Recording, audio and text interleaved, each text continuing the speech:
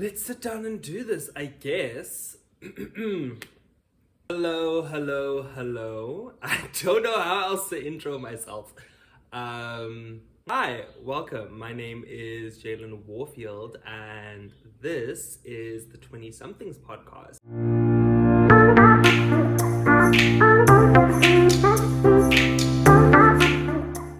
This is technically going to be the first episode because there is one that I never posted and was scrapped. Yeah, welcome to the 20 Somethings podcast. My goal for this is for this to be a space where all of us in our 20s can come to and learn something that we didn't before. I hope that every episode is going to give you guys something that I wish I knew and teach you lessons that you're not going to have to learn by doing, even though sometimes you're definitely going to have to, but rather just a platform where you can come to for advice or for an ear or for whatever, just regarding the myriad of chaos that we experience in our 20s. When people said growing up was difficult, I didn't believe them. When I was younger, I was like, no, I'm gonna turn 18, go to university, go get a degree. I'm gonna walk straight out of university into this amazing job that is paying me high five figures or whatever it was, and I'm going to be off living my best life, no stresses. Life said, wait. Life said, relax. Life said, there's more that I need to teach you before I give you everything that you are wishing for, everything that is on your heart.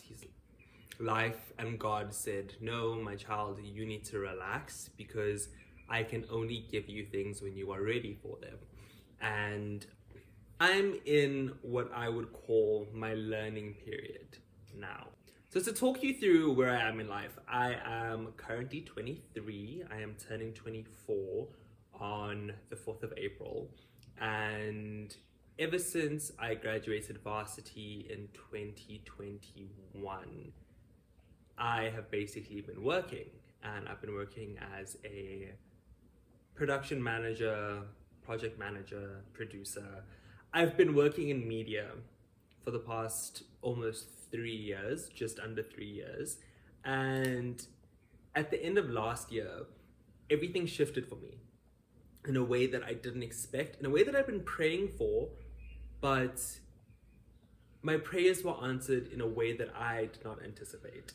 So towards the end of last year, I'd been at my job for 2 years. I said I was going to give myself 2 years in this space, and then I was going to see what else there was out there for me. I wanted to spend a good 2 years there, have it on my CV, and start deciding where I wanted to go next, because I had never seen myself in this specific space that I was in. That wasn't part of my original plan, but it was where I ended up, and I'm insanely grateful for it because I had some amazing experiences there. But the whole point was give yourself 2 years in this space, reevaluate, see if this is where you want to stay or if you have other things that you want to do. 2 years came and I looked around. I was like, no, I'm comfortable. I was like, I have a decent salary. I have a really good team. I love the work that I do. I love my clients, and I was content, and everything was familiar and everything was comfortable. And because of that, I was like, no, it's fine. I don't need to worry. I will continue with what I'm doing and I will look into getting a new job later. And because I delayed myself and because I ignored the initial timeline that I set for myself, God started putting things in place that made me uncomfortable where I was. If you're not super religious, I don't want to say that this is not the podcast for you, because I'm not like the most religious person in the world, but I'm working on my faith, and my faith is a huge part of who I am, where I come from, and where I'm going.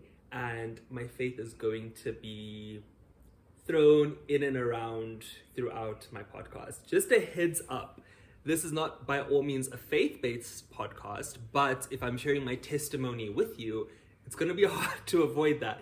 So buckle up, be prepared, just in case that isn't your vibe. Because, another thing I really want for this podcast is for the people that it needs to find it. But anyways, we go back. Yeah, and God started making the space uncomfortable for me. And there were just little things happening around me that I started noticing and clocking. And I was like, I don't necessarily agree with this. I don't necessarily think that this is in alignment with me, with my morals, with whatever. Things just were not aligning with what I wanted for my life. I was no longer feeling the way that I wanted to feel in those spaces. I was no longer excited. I think I'd started to lose a certain amount of love for what I was doing. And there were just so many things around me that I couldn't ignore any longer. And I had been like, okay, cool, God. So now this is August, September. After July, things had started getting a little bit shaky. And August, September, I'm very intentional about praying for a new job, for what I want from this job. I'm looking around, I'm throwing my CV out, I'm emailing, I'm starting to get my ducks in a row, because in my mind, I'm going to get this new job within a month or so. I'm going to hand my notice in, leave everything with a cute little bow on it, and I'm going to disappear off into the sunset, live my best life, and continue to be happy. And God said no. God was like, I hear you. He's like, I hear what you want for your life, but the way you are imagining everything to come about is not the way that it needs to happen. And this wasn't like a thing of, I was told beforehand. No. This was literally a thing of, okay, cool. One day things are fine, things are great, I have an idea of what's going on, to the next day being told, no, you have 2 months left here. And I never anticipated that I would leave the company that I was a part of the way that I did. I don't think any of us did, to be fair, because it wasn't just me. I think everybody was kind of shocked. I was still like, no, I was in denial, because I had a little conversation beforehand with my superiors, and they were subtly telling me that, hey, start getting your shit together, start getting your ducks in a row, because things aren't looking great. But I had a sense of delusion. I was like, no, things are gonna be fine. It's gonna be salary cuts, because they'd called a meeting, and I was like, no, it's gonna be salary cuts. They're gonna give us an option to leave if we want to, whatever. But everything is going to be fine. I told my aunts that day after I had the conversation with them, because this was just a private conversation between me and them. Phoned my aunt, updated her on everything that I'd been told, and she was like, oh, prepare to get your notice. And I was like, no, that's not gonna happen. I'm not getting my notice, I'm fine. Jiggy, heavy. 2 days later, I got my 2 months notice. Me and my whole team got our 2 months notice.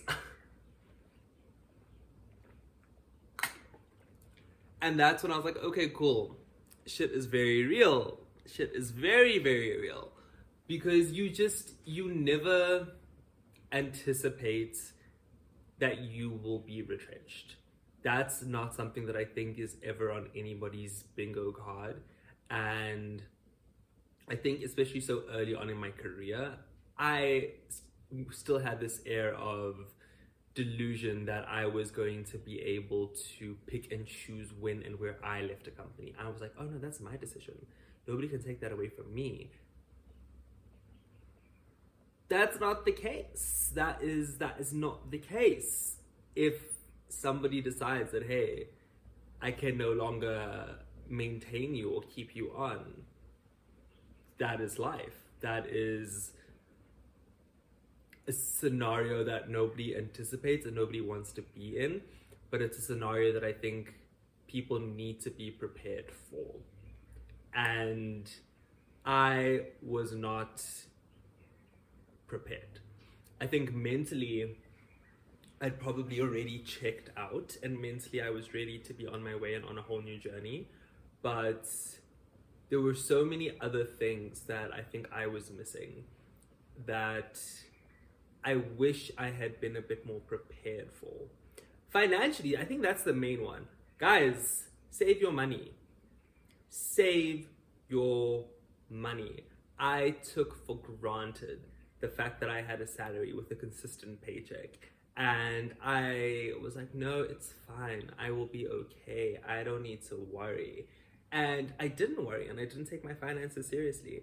And now I'm in a position where I realize that, hey, it's real out here. I should have taken my finances way more seriously than what I do. And I'd always see my friends, and they would be like somewhat serious about theirs and whatever. And I was like, yeah, no, I'm fine. I'm taking care of myself. I'm an adult who knows what I'm doing. Jiggy, I did not know what I was doing. Reader, he had no clue what was going on. Reader, listener, he was doing the wrong thing. And I think that was something that I had to learn in hindsight and in retrospect. I had to be able to look back and be like, okay, cool. You have done things such and such a way for so long. And evidently, that is not the way that you were supposed to be doing things. You need to change a lot of who you are in order to become the person that you want to. And in order to do that, you have to shed a lot of who you are and a lot of what you wanted. And being forced to, one, reflect on yourself and on your situation, two, being forced to look at yourself is one of the harder parts of, I think, growing up. And I think especially in your early 20s, you think that everything is going to work out the way that you envision it to. And you'll take advice here and there, but there's certain things that I think we don't really acknowledge in our early 20s because we think we know better. And I'm about to leave my early 20s and enter my mid 20s, which scares me. 24 feels like such a serious age. And I was always like, yeah, no, 20 to 24, that's when you're in your early 20s. And then I saw this tweet the other day and it's like, oh, I'm a 2001s. You guys are entering your mid 20s this year. And I was like, what do you mean? And the next thing was, no, early 20s are 20 to 23. Mid 20s are 24 to 26. And late 20s are 27 to, what? 27 to 29. And so I'm entering my mid 20s. And I look back on my early 20s and I'm like, yo, you thought you had everything together. You thought that you had all of your ducks in a row. In reality, you didn't. There was a lot of opportunities that you missed because of yourself, and you sabotaged yourself. And there were a lot of things that you could have done better, but because you were doing things the first time around, give yourself the grace. Acknowledge that, hey, I messed up with X, Y, and Z, and now I see that, I know that, I'm not going to do that going forward. So taking accountability for where you've misstepped and actually taking stock of the L's that you've taken is such an important part of growing, because if you don't acknowledge where you've gone wrong within yourself, then you're going to continue to repeat the same steps and repeat the same patterns, and you're going to end up running around in a circle, which is what I think I was doing for quite a while. I didn't know how to manage my stress. I didn't know how to manage my anxiety. I didn't know how to put myself first. There was a lot of things that I learned coming from the job that I was in and the space that I was in, that when I look at them now, I'm like, okay, cool. This, and this worked for me and allowed me to do what I needed to do well, whereas this and this were debilitating. And these were the things that I have identified that did not work for me. And I can't do these things going forward because I've already done them and I realize that they don't work. And it gets kind of like, what's the word? You have to be really vulnerable to acknowledge when you're doing something wrong. And I think being vulnerable with yourself is the scariest thing, because I'm the kind who fakes it till I make it, or pretends that or rather, not fake it till I make it, but lie to myself and lie to others to not let on the real panic that is going on in my mind. If you ask me, how are you doing? I could be genuinely fighting for my life, like genuinely struggling. My mental health is in the pits. I am broke. Whatever. I could be a myriad of just really negative emotions and having a really terrible time, but I will never tell you. Like, I remember not long after I got my notice, I went down to Swaziland and I was with family there. And I was talking to my aunt and she was like, oh, I never have to worry about you because I see on social media that you're fine and that you're living your best life. She's like, I'm not stressed. And I was like, babes, I have been fighting for my life for the past year.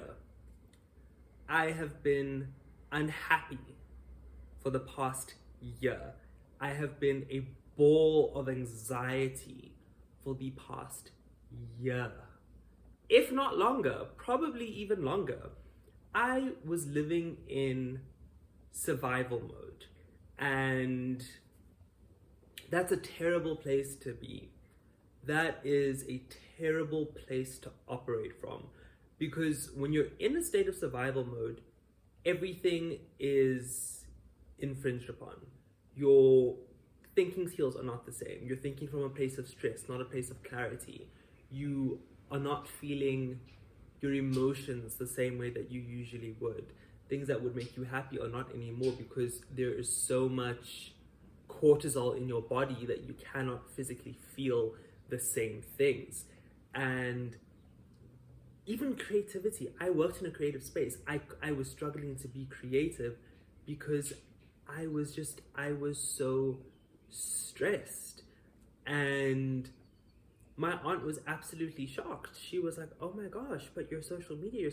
And I was like, yeah, no, I mask my stuff very, very well. And you will never guess by looking at me when something is going wrong. But that doesn't mean that I'm okay all the time. That doesn't mean that I'm not absolutely struggling or absolutely, fighting for my life. Like I am right now, because it is just so insanely hot. But she was shocked that I was like being honest with her, and I was telling her, no, I've been having a really difficult time because I just wasn't in a good space.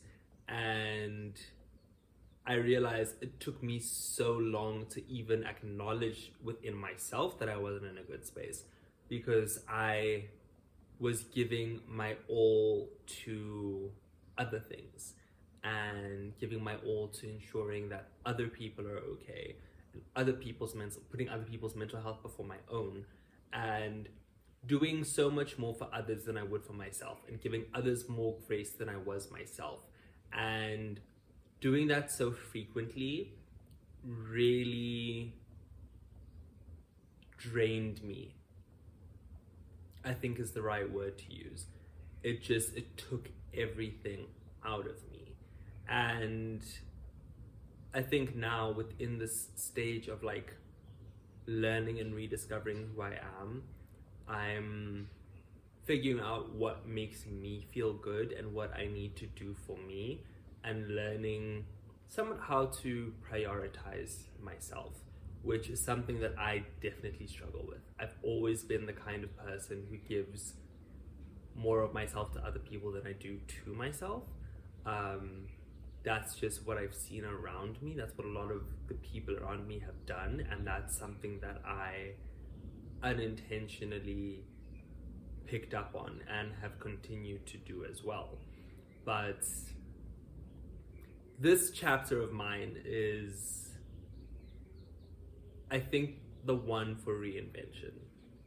I know you don't need specific times to reinvent yourself, but this feels like the right time.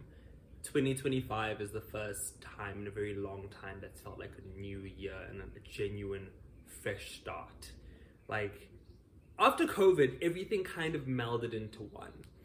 And I think after COVID, it was only when I graduated that things started feeling different.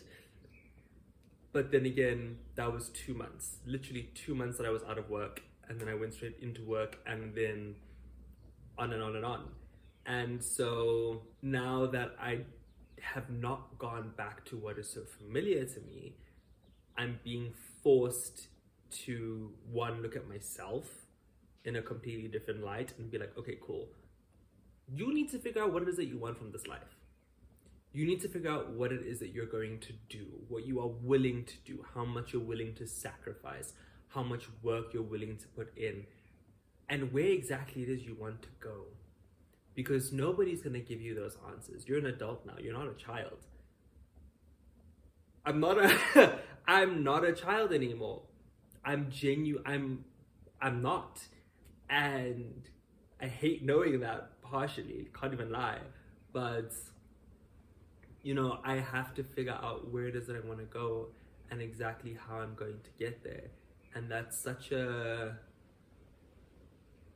it feels scary. It feels big, because I also tend to look at things like this.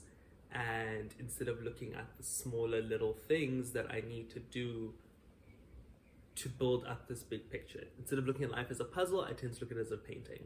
And in reality, it really is a puzzle.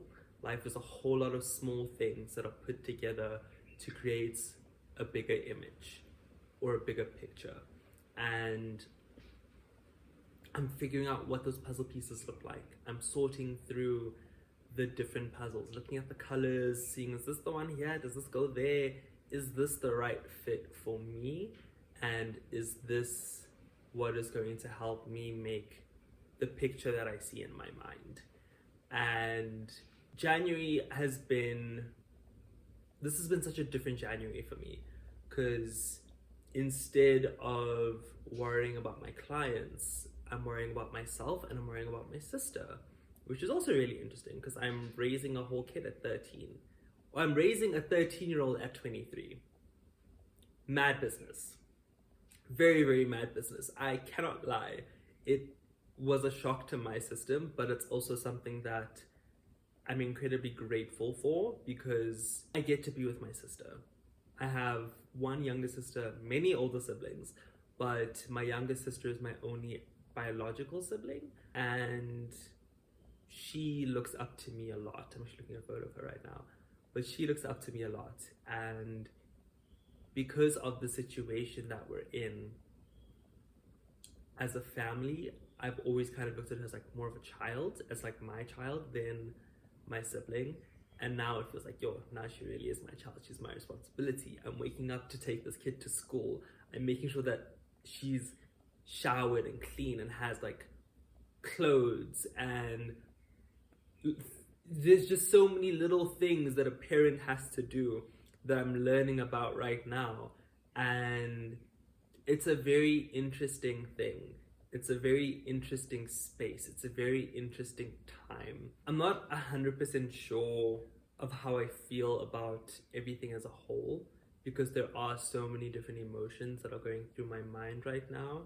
But I think the overarching feeling is one of gratitude.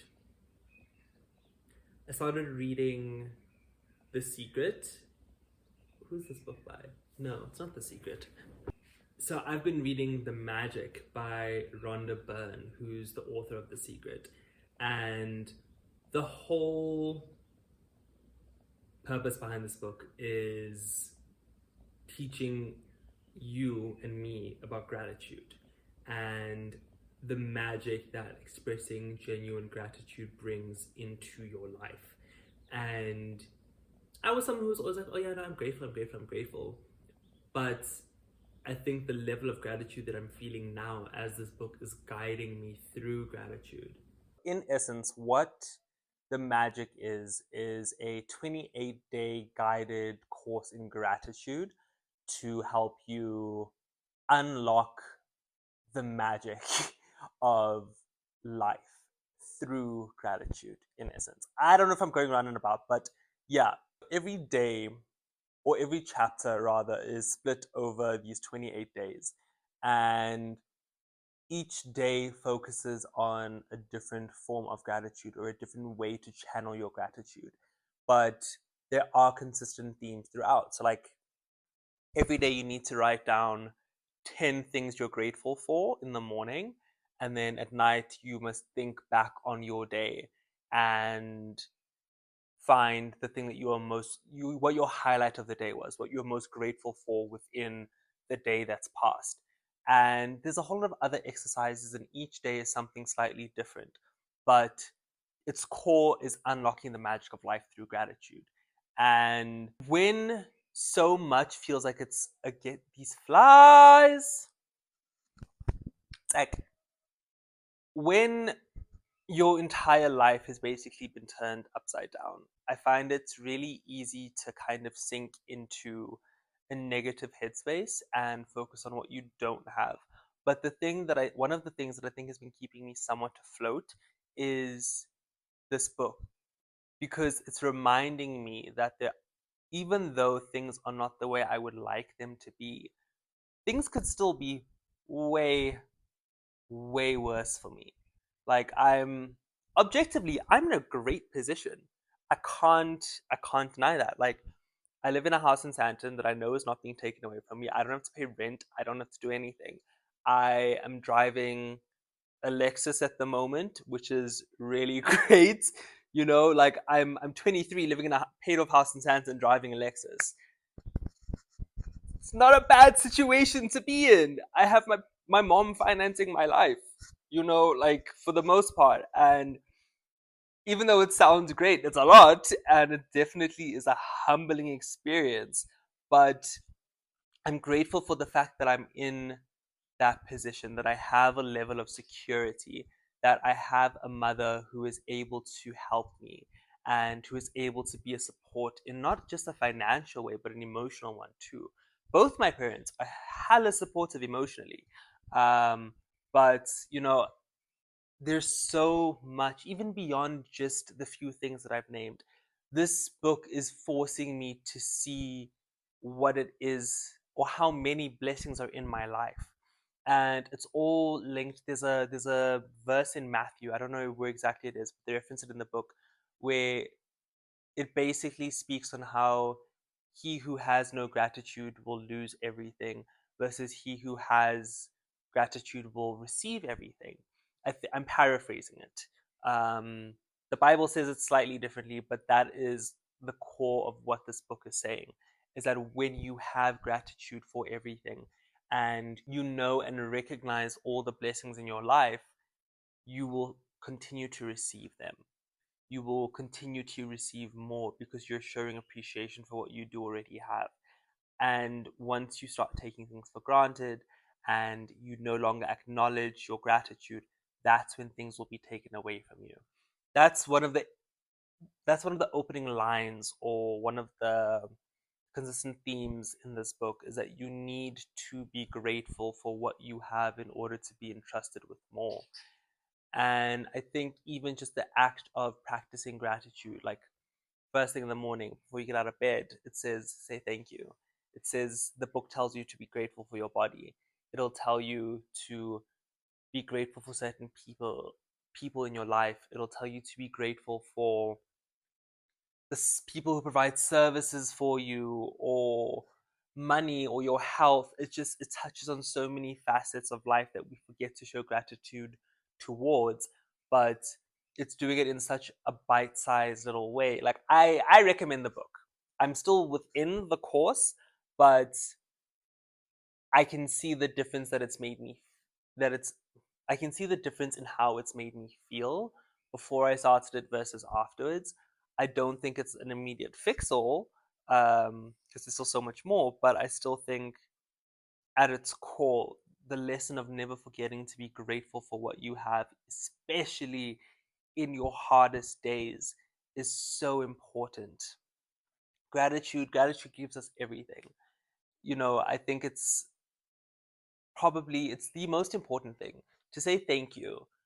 We take it for granted. I think a lot of us are like, oh no, thank you, thank you, thank you. But to genuinely be grateful and appreciative of your life, of the fact that you wake up in the morning, the fact that you have food on the table, you have clothes in your closet, you have petrol in your car, you have a job, you have all of these things, whatever your story is, whatever you have to be grateful for, acknowledge it fully with your entire heart and don't take it for granted.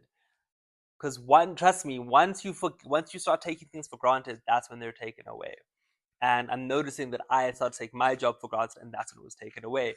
So now I'm learning again to never lose sight of my gratitude, because it's going to continue to carry me through life.